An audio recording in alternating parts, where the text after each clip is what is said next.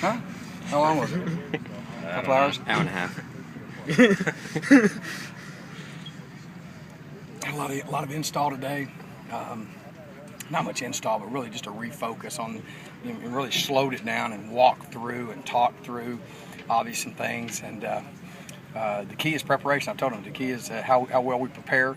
Obviously, we know it's the best team that we've played to this point, and a three-time defending conference champion, and second-ranked team in the country. And as far as I'm concerned, this is there's not a better football team in the country than what I've seen on film. And our guys are excited about the opportunity and the challenge, and looking forward to it. What is a good an day. opportunity? What could this do for a program? Oh, golly, man! That's what you work for. It's what you play for. I mean,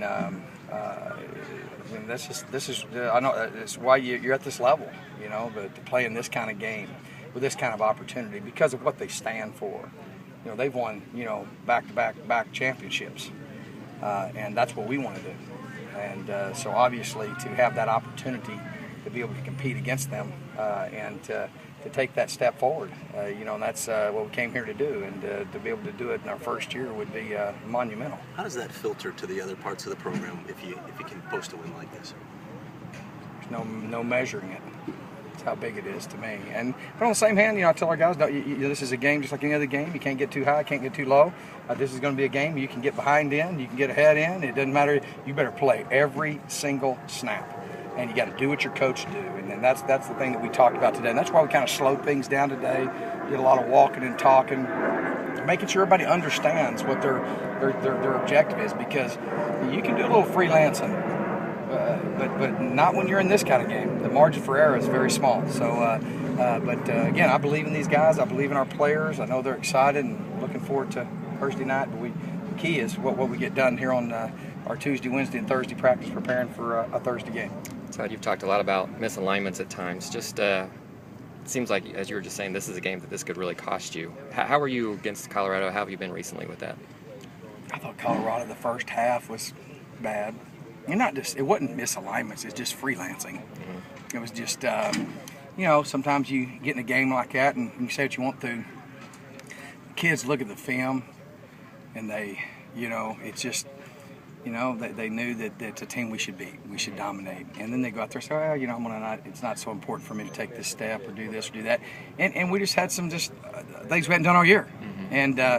And, that's part of, these guys are way far ahead of where they should be. They've done great. It still isn't to my satisfaction, but that's the hardest thing about the newness of our program is that these guys have not mastered the fundamentals. You know what I'm saying? So when you abandon them a little bit, it really can look ugly.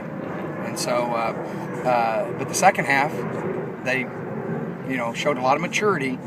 Because I was pretty hard on them now. I mean, I wasn't very happy about it, because not only we work awful hard, if we don't do what we're coached to do, then we don't have a chance. You know what I'm saying? And it's kind of making that transition from a talent-based philosophy to a teaching-based philosophy. Does that make sense? Mm-hmm. And you want guys to believe that they're really talented, really good, but they got to understand that the scheme is designed for them. And that's the most important thing. If they'll execute the scheme, then they're going to be successful. Does that make sense? So that kind of leaks back in from time to time on us. Coach, how far have you come, you think, since you took this team last year in terms of in the spring, in terms of conditioning and being prepared to play a team like that?